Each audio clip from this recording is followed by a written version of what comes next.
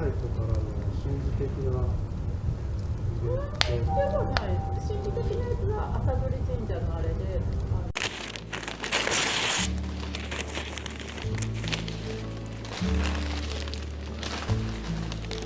皆さんこんにちは。今日はいつも暖炉の映像を流しますけど、その暖炉のメンテナンスをします。だいたい5日に1回、1週間に1回ぐらい灰の掃除をします。焼き物の登り窯の道着間みたいなすごい大きい暖炉ですけど、窯みたいなレンガ200丁ぐらい使っています。まさに窯です。とんでもない量の薪を使うのですごい量の灰が出るんですけど、それでも5日に1回1週間に1回ぐらいで、バケツ1杯2杯いきますけど、20リッター近く今灰があると思う。ちょっと今日時間ないのでささっと掃除します。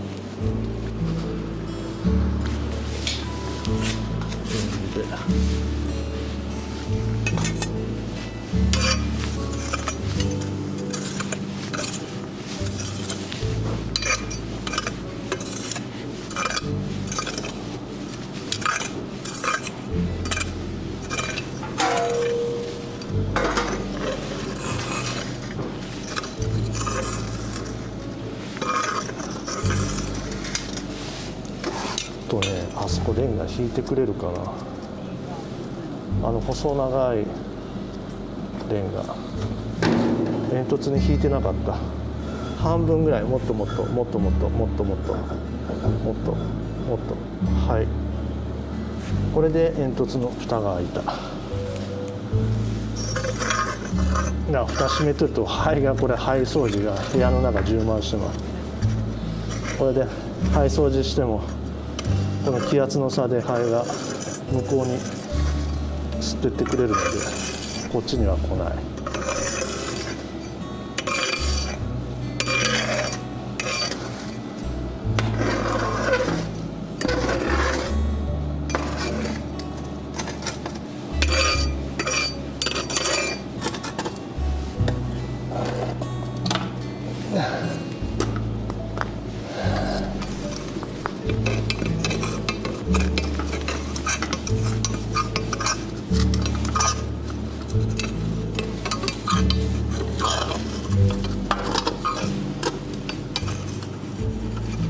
で、うわぁ、なんか調子悪いね。上が詰まっていると。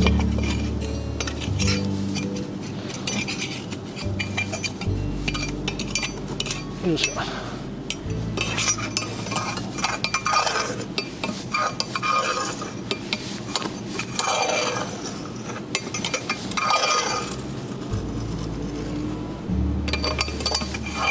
あれ七輪って昔からある七輪なんかもそうやけど、これが灰受け口であって燃焼の空気穴であって、こうやって燃えた灰をかき出す口。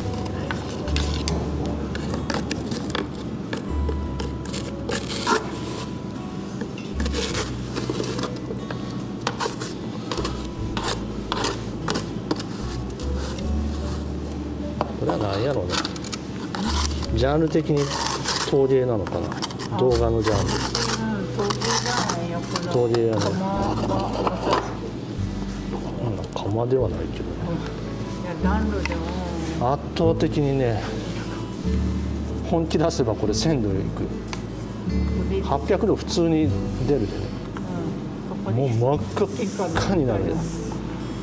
普通に焼き物焼ける。焼けるやろ。ここで焼いても焼いてまえっていう簡単にできるものではないけどね。本当に難しいと思う。いいものを作ろうと思ったら、暖炉で。90年代は七輪陶芸って七輪で焼き物を焼くとかね、断熱材をこの断熱レンガ利用して石綿とか七輪とかドライヤーで簡単にドラム缶とかでねこれ使ってねやるのが流行った。面白いのはできるけどそんな数はできへんしロスは多いし手間かかるしね全く興味なかったけど茶碗が1個ぐらいそれよりもいやそれは楽茶碗のやり方と一緒ですそれは。楽茶碗で起源はやっぱり鍛冶やと思う。もうここで何度も何度も鉄床でカンカンカンカンやっとこうやってやりながら結構釘とかいろいろここで作ってました。またそれもねやってみようか動画で。あ、そうだね、面白いね。鬼滅の刃、刀を作るっつってね。自分で刀とか作ったらダメなのか法律的に。まあ分からんけどよくこれお客さんがみんな「あこれピザ窯ですか?」って言うけどいやピザやったら一瞬で焼けますっていつも説明するんやけどね。ピザ窯持ったの口が大きいみたいな。いやこれ23センチ以上あるでレンガこれ230の114の65っていう規格のレンガだからもうちょっとあるやろ。235あるってことはピザ小さいピザの S サイズなの分からんけどそんな簡単にできるやん。作ってみますか。いや別にピザじゃなくても何でもできると思うけどね。丸鶏でもステーキでも焼肉でも何でもできると思うけどね。なんでピザなのか分からんわ。いやなんかピザ窯って結構あるから。あんな低温で焼くものに全然興味ないですけどね。パンとか。パン難しいやねあれは。知らんパンについては僕パン食べへんと分からへん。何でもできるこの窯ってのは。窯じゃないわ暖炉。とにかく暖炉の解説はまた今度。じゃあ火つけようか。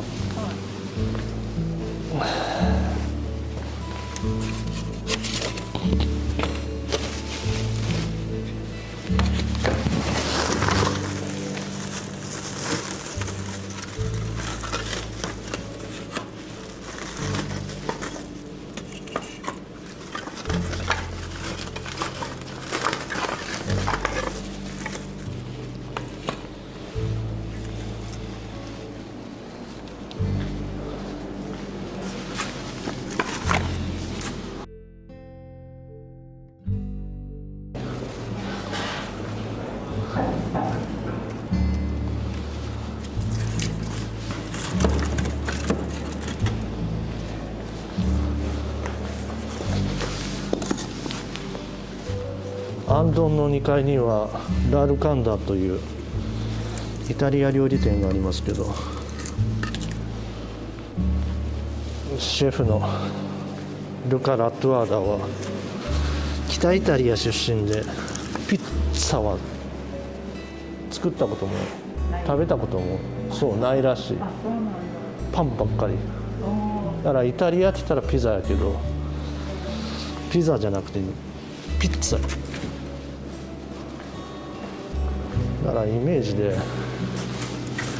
日本は毎日お好み焼き食べとるやないか毎日たこ焼き食べとるやないかと思われる外国人もおるかもしれんけど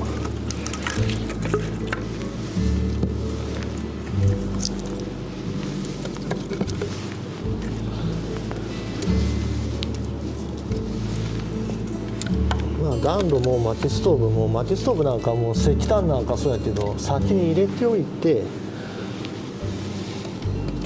表から焼いていく表っていうかね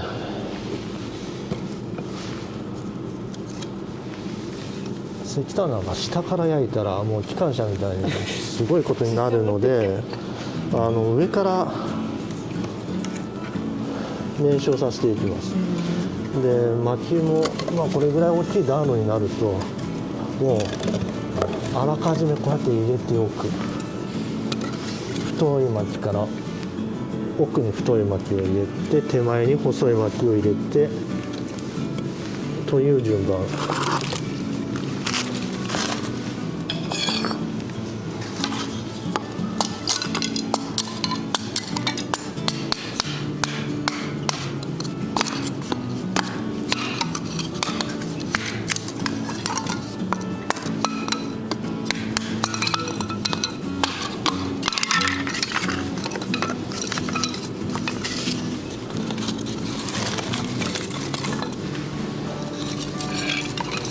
いつも動画ではここまで準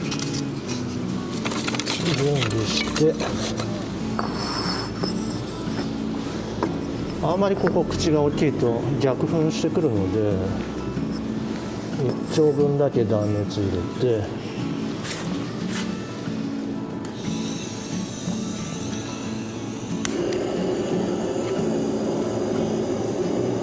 12345678910、まあ大体いつもこれぐらいで火つきますよね。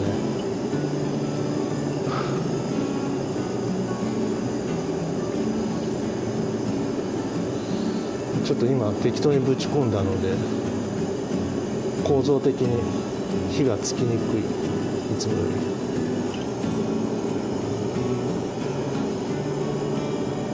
本当はマッチ1本で火つけたいんやけどね。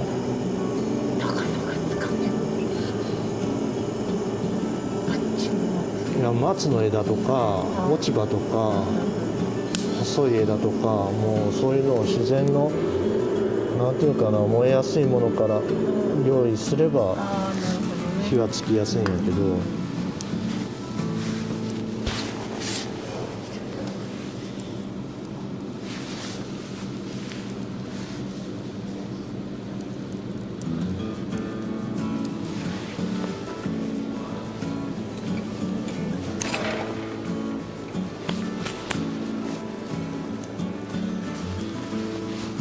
まあこんな感じで火っていうのは日常的なもので、アンドにとっては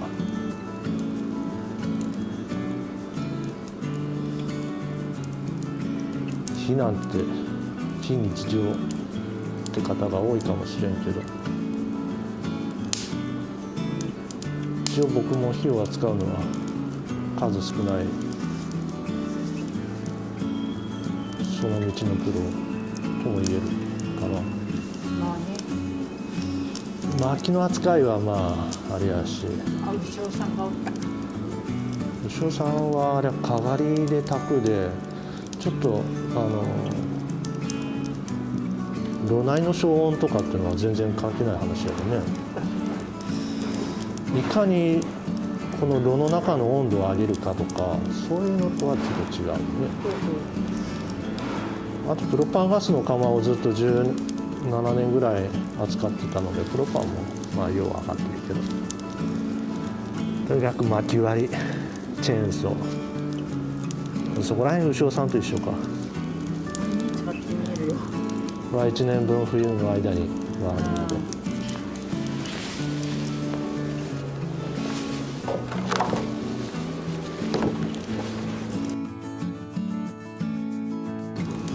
アンドンのイベントのある日はこんな感じで